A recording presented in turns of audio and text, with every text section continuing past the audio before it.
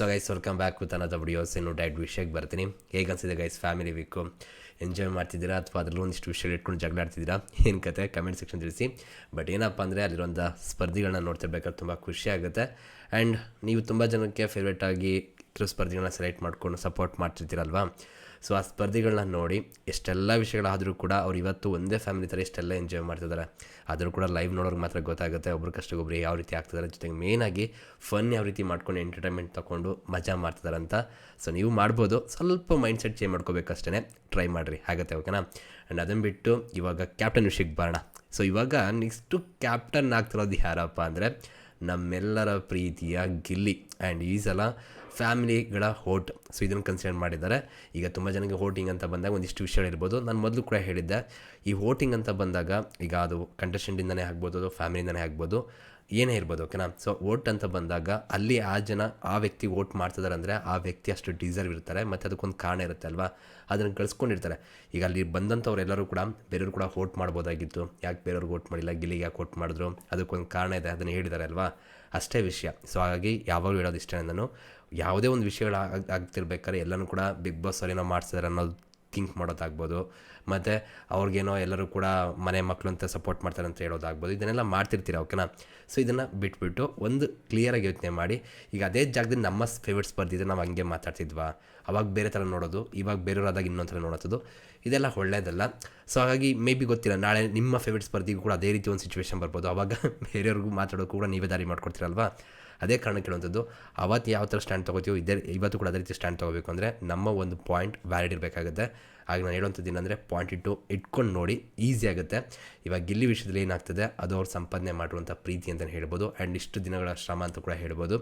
ಅದರಿಂದ ಓಟ್ ಬಂದು ಫ್ಯಾಮಿಲಿ ಕಡೆಯಿಂದ ಅದು ಕೂಡ ಇವಾಗ ಅವ್ರು ಕ್ಯಾಪ್ಟನ್ ಆಗ್ತಾ ಇದ್ದಾರೆ. ಕಾಂಗ್ರೆಸ್ ಹೇಳೋಣ. ಆ್ಯಕ್ಚುಲಿ ನಾನು ಅಂದ್ಕೊಂಡೆ ಕ್ಯಾಪ್ಟನ್ ಆಗಿ ತುಂಬ ಕಷ್ಟ ಆಗುತ್ತೆ ಅಂತ. ಯಾಕಂದ್ರೆ ನಿಮ್ಗೆಲ್ಲರಿಗೂ ಗೊತ್ತಿರುವಾಗ ನಮ್ಮ ಗಿಲ್ಲಿ ಆಟ ಅದೇ ರೀತಿ ಇದ್ದಂಥದ್ದು. ಇದು ಕ್ಯಾಪ್ಟನ್ ಆಗಬೇಕು ಅಂತನೋ ಅಥವಾ ಒಂದು ಉತ್ತಮ ತೊಗೋಬೇಕು ಅನ್ನೋ ರೀತಿ ಇರಲಿಲ್ಲ. ಕಪ್ ಹೊಡಿಬೇಕು ಆ ಒಂದು ಮೈಂಡ್ ಸೆಟ್ ಇಟ್ಕೊಂಡು ಆಡ್ತಿದ್ದಂಥ ವ್ಯಕ್ತಿ. ಸೊ ಇದೆಲ್ಲ ನೋಡಿದಾಗ ಯಾಕೋ ಕಷ್ಟ ಅಂತ ಅಂದ್ಕೊಂಡಿದ್ದೆ. ಬಟ್ ಫೈನಲಿ ಕ್ಯಾಪ್ಟನ್ ಆಗಿರುವಂಥದ್ದು, ಅದು ಕೂಡ ಬಂದಂಥ ಫ್ಯಾಮಿಲಿ. ಸೊ ಎಲ್ಲರಿಗೂ ಕಾಟ ಕೊಟ್ಟಿದ್ದಾರೆ, ಓಕೆನಾ? ಸೊ ಅಂಥ ಫ್ಯಾಮಿಲಿ ಕಡೆಯಿಂದ, ಅಂದರೆ ಆ ಫ್ಯಾಮಿಲಿ ಕಡೆಯಿಂದ ಇವಾಗ ವೋಟಿಂಗ್ ಪಡ್ಕೊಂಡು ಕ್ಯಾಪ್ಟನ್ ಆಗ್ತಿದ್ದಾರೆ ಅಂದರೆ ಅದಕ್ಕೊಂದು ತೂಕ ಜಾಸ್ತಿ ಇರುತ್ತೆ ಅಂತಲೇ ಹೇಳ್ಬೋದು. ಒಳ್ಳೆಯದಾಗಲಿ. ಬಟ್ ಏನಪ್ಪ ಅಂದರೆ ಮುಂದೆ ಅವ್ರಿಗೆ ತುಂಬ ರಿಸ್ಕ್ ಇದೆ ಅಂತಲೇ ಹೇಳ್ಬೋದು. ಮುಂದಿನ ವಾರದಲ್ಲಿ ತುಂಬ ಅವ್ರನ್ನ ಚೆಕ್ ಮಾಡುವಂಥ ಕೆಲಸಗಳು ಕೂಡ ಆಗುತ್ತೆ. ಆ್ಯಂಡ್ ಅವ್ರ ಕೆಪಾಸಿಟಿ, ಅವರ ತಾಳ್ಮೆ ಎಲ್ಲ ಕೂಡ ಚೆಕ್ ಆಗುತ್ತೆ ಅನ್ನೋದು ನನ್ನ ಅಭಿಪ್ರಾಯ. ವೇಟ್ ಮಾಡಿ ನೋಡೋಣ ಏನು ಮಾಡ್ತಾರೆ ನಮ್ಮ ಬಿಗ್ ಬಾಸ್ ಅವರು ಅಂತ, ಓಕೆನಾ? ಇದನ್ನು ಬಿಟ್ಟು ಇನ್ನೂ ತುಂಬ ವಿಷಯಗಳ ಬಗ್ಗೆ ಚರ್ಚೆ ಆಗ್ತದೆ. ಆ್ಯಂಡ್ ತುಂಬ ಜನ ಕೇಳ್ತಿದ್ದೀರಾ, ಕಾವ್ಯವರ ತಮ್ಮ ಮತ್ತು ಅಮ್ಮ ಇಬ್ಬರು ಕೂಡ ಬರ್ತಾರೆ, ಇದೊಂದು ಪ್ರ್ಯಾಂಕ್ ಅಂದ್ಬಿಟ್ಟು. ಪ್ರ್ಯಾಂಕ್ ಅಲ್ವೇ ಅಲ್ಲ, ಲೈವ್ ನೋಡೋರಿಗೆ ತುಂಬ ಕ್ಲಾರಿಟಿ ಸಿಕ್ಕಿರುತ್ತೆ. ಇಲ್ಲಿ ಯಾವುದೇ ರೀತಿಯಾದ ಪ್ರ್ಯಾಂಕ್ ಆಗಿಲ್ಲ. ಅಲ್ಲಿ ಒಂದು ರೂಲ್ಸ್ನ ಬ್ರೇಕ್ ಮಾಡಿದ್ದಾರೆ. ಈಗ ನೆನ್ನೆ ಪ್ರೋಮೋದಲ್ಲಿ ಏನು ತೋರಿಸಿದ್ರು ಅದೇ ರೂಲ್ಸ್ಗಳ 2 ರೂಲ್ ಅಂತ ಬಂದೇನೋ ಬರ್ತಾಯಿದೆ ಸೋಷಿಯಲ್ ಮೀಡಿಯಾದಲ್ಲಿ, 2 ಸಲ ಬ್ರೇಕ್ ಮಾಡಿದ್ದಾರೆ ಅಂತ. ಸೊ ಅಲ್ಲಿ ಏನು ಪಾಯಿಂಟ್ಗಳಿತ್ತು ಅದು ಅಷ್ಟು ಮೇಜರಾಗಿತ್ತು. ನಾಮಿನೇಷನ್ ಒಂದು ವಿಷಯ ಮೇಜರಾಗಿರುತ್ತೆ, ಅದನ್ನು ಕನ್ಸಿಡರ್ ಮಾಡಿದ್ರೆ ಅದು ಮೂಲ ನಿಯಮ ಅಂತ ಕೂಡ ಅನ್ಕೋಬೋದು. ಅದರಿಂದ ತುಂಬ ಆಟಗಳು ಕೂಡ ಬದಲಾಗುತ್ತೆ. ಸೊ ಅದೆಲ್ಲ ಯೋಚನೆ ಮಾಡಿದಾಗ ಹೌದು ಇದು ಕೂಡ ಇರ್ಬೋದು ಅಂತ ಅನಿಸುತ್ತೆ. ಬಟ್ ಅದನ್ನು ಬಿಟ್ಟು ಕೂಡ ಬೇರೆ ಇದೆ ಅಂತ ಅನಿಸ್ತಿದೆ. ವೇಟ್ ಮಾಡಿ ನೋಡೋಣ, ಓಕೆನಾ? ಯಾಕಂದರೆ ಇವಾಗ ಸುಮ್ಮನೆ ಅದನ್ನ ಇಟ್ಕೊಂಡು ಮಾತಾಡೋವಂಥದ್ದು, ಬಟ್ ಎಪಿಸೋಡ್ ಬೇರೆ ಆಯಿತು ಅಂದಾಗ ಬೇರೆ ಕಥೆಗಳಾಗುತ್ತೆ. ಬಟ್ ಏನಪ್ಪ ಅಂದರೆ ಮೂಲ ನಿಯಮ ಉಲ್ಲಂಘನೆ ಮಾಡೋವಂಥದ್ದೇನಿದೆ ಅದು ಖಂಡಿತವಾಗ್ಲೂ ತಪ್ಪಿದೆ. ಬಟ್ ಈ ಮೂಲ ನಿಯಮಗಳನ್ನ ಬೇರೆಯವ್ರು ಬ್ರೇಕ್ ಮಾಡಿದಾರಾ, ಏನು ಕತೆ, ಅವಾಗ ಯಾಕೆ ಈ ಥರ ಬಂದಿಲ್ಲ, ಇವಾಗ ಯಾಕೆ ಬಂತು, ಎಲ್ಲದ್ರ ಬಗ್ಗೆ ಕೂಡ ಚರ್ಚೆನ ಆಮೇಲೆ ಮಾತಾಡೋಣ. ಇವಾಗ ಕ್ಲಾರಿಟಿ ಇಲ್ಲ, ಸೊ ಹಾಗಾಗಿ ಅದನ್ನು ಸೈಡ್ ಬಿಡೋಣ. ಬಟ್ ಮೂಲ ನಿಯಮ ಉಲ್ಲಂಘನೆ ಮಾಡುವಂಥದ್ದು ತಪ್ಪಿರುತ್ತೆ. ಸೊ ಆ ತಪ್ಪು ಎಷ್ಟು ಮಟ್ಟಿಗೆ ಇದೆ, ಏನು ಕತೆ, ಬೇರೆ ಕಥೆಗಳು ಏನಾರು ಇದೆಯಾ, ಎಲ್ಲನೂ ಕೂಡ ಇವತ್ತಿನ ಎಪಿಸೋಡ್ ನೋಡಿದ್ಮೇಲೆ ಕ್ಲಾರಿಟಿ ಸಿಗುತ್ತೆ. ಅದಾದಮೇಲೆ ಬೇಕಾದ್ರೆ ವೀಡಿಯೋ ಮಾಡೋಣ, ಓಕೆನಾ? ಬಟ್ ಇದನ್ನು ಬಿಟ್ಟು ಕೂಡ ತುಂಬ ವಿಷಯಗಳು ಬರ್ತಾ ಇದೆ. ಈಗ ಕಾವ್ಯನೂ ಕೂಡ ತುಂಬ ಜನ ಹೇಟ್ ಮಾಡ್ತಾರೆ. ಆ್ಯಕ್ಚುಲಿ ಕಾವ್ಯನ ಪಾತ್ರ ಇಲ್ಲಿ ಇರೋದಿಲ್ಲ, ಓಕೆನಾ? ಬಟ್ ಆದರೂ ಕೂಡ ಕಾವ್ಯನ ಬಗ್ಗೆ ಕೂಡ ಬರ್ತಾ ಇದೆ. ಇದನ್ನು ಬಿಟ್ಟು ಇವತ್ತು ವಿಡಿಯೋಗಳು ನೋಡ್ತಿದ್ದೆ, ಸೂರಜ್ ಬಗ್ಗೆ, ರಘುವಣ್ಣನ ಬಗ್ಗೆ, ರಕ್ಷಿತ್ ಅವ್ರ ಬಗ್ಗೆ ಕೂಡ ಒಂದಿಷ್ಟು ವಿಷಯಗಳಾಗ್ತಾಯಿದೆ.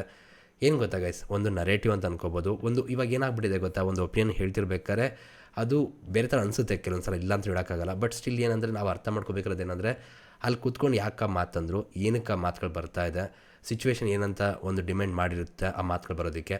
ಸೊ ಆ ವ್ಯಕ್ತಿ ಬಗ್ಗೆ ಯಾಕೆ ಆ ಮಾತುಗಳನ್ನ ಹೇಳಿದ್ರು, ಸೊ ಯಾಕಾಗ ಅನ್ನಿಸ್ತು, ಇದು ಕೂಡ ಬರುತ್ತೆ. ಈಗ ನಾವೇ ಕಮೆಂಟ್ ಸೆಕ್ಷನ್ ಕೂತ್ಕೊಂಡು ಅಥವಾ ವೀಡಿಯೋಲಿ ಕೂತ್ಕೊಂಡು ನಮ್ಗೆ ಅನ್ನಿಸ್ದಂಗೆ ಎಷ್ಟು ವಿಷಯಗಳು ಹೇಳೋದಿಲ್ವಾ, ಅದೇ ರೀತಿ ಅಲ್ಲಿರುವಂಥ ಸ್ಪರ್ಧಿಗಳದ್ದು ಅದೇ ಕತೆ. ಬಟ್ ಏನಾಗ್ತದೆ ಗೊತ್ತಾ, ಅಲ್ಲಿ ಆ ಸಿಚುವೇಶನ್ ತಕ್ಕಂತೆ ಏನೋ ಮಾಡಿರ್ತಾರೆ ಯಾವುದೋ ಸ್ಪರ್ಧಿಗಳು, ಓಕೆನಾ? ಅದನ್ನು ತಪ್ಪು ಅಂತ ಅನ್ನೋದು ತಪ್ಪಲ್ಲ, ಓಕೆನಾ? ಆದರೆ ಅಲ್ಲಿ ಆಗ ಒಂದು ತಪ್ಪಿಂದ ಅವ್ರಿಷ್ಟು ಜರ್ನಿ ಇರುತ್ತಲ್ಲ, ಅದನ್ನು ಜಡ್ಜ್ ಮಾಡಿಬಿಡ್ತೀರಾ ಎಲ್ಲರದು ಕೂಡ, ಒಬ್ರದ್ದು ಇಬ್ಬರು ಅಂತ ಹೇಳ್ತಿಲ್ಲ, ಓಕೆನಾ?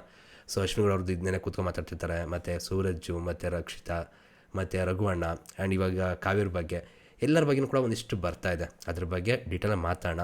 ಬಟ್ ನನಗೆ ಎಪಿಸೋಡ್ ರಿವ್ಯೂ ಮಾಡೋಕ್ಕೆ ಇಷ್ಟ ಇಲ್ಲ, ಬಿಕಾಸ್ ನಾನು ಫ್ಯಾಮಿಲಿ ವೀಕ್ನ ಮಾಡೋದು ಬೇಡ ಅಂತ ಅಂದ್ಕೊಂಡಿದ್ದೆ. ಬಟ್ ಏನಂದರೆ ಕೆಲವು ಮೇಜರ್ ವಿಷಯಗಳ ಬಗ್ಗೆ ಚರ್ಚೆ ಮಾಡೋವಂಥದ್ದಿದೆ, ಅದನ್ನು ಮಾಡೋಣ. ಇವತ್ತು ಎಪಿಸೋಡ್ ಬರಲಿ, ಎಪಿಸೋಡ್ ನೋಡಿ ಇನ್ನೂ ಕ್ಲಿಯರಾಗಿ ಎಲ್ಲದ್ರ ಬಗ್ಗೆ ಎಲ್ಲ ಮುಗಿಸ್ಬಿಟ್ಟು ಒಂದು ಡೆಡಿಕೇಟೆಡ್ ವಿಡಿಯೋ ಮಾಡೋಕ್ಕಾದ್ರೆ ನಾನು ಟ್ರೈ ಮಾಡ್ತೀನಿ.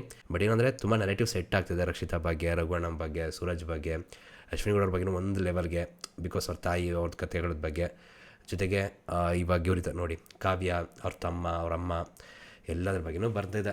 ಇಲ್ಲಿ ಏನಪ್ಪ ಅಂದರೆ ಇಲ್ಲಿ ಯಾರು ಏನೇ ಮಾಡಿದ್ರು ಕಷ್ಟ ಇದೆ, ಒಪಿನಿಯನ್ಗಳು ಬರುತ್ತೆ, ಏನೂ ಮಾಡೋಕ್ಕಾಗಲ್ಲ. ಸುಳ್ಳು ಅಂತ ಹೇಳೋಕ್ಕಾಗಲ್ಲ ಎಲ್ಲನೂ ಕೂಡ, ಆದರೆ ಸತ್ಯಕ್ಕಷ್ಟು ಹತ್ರ ಇದೆ.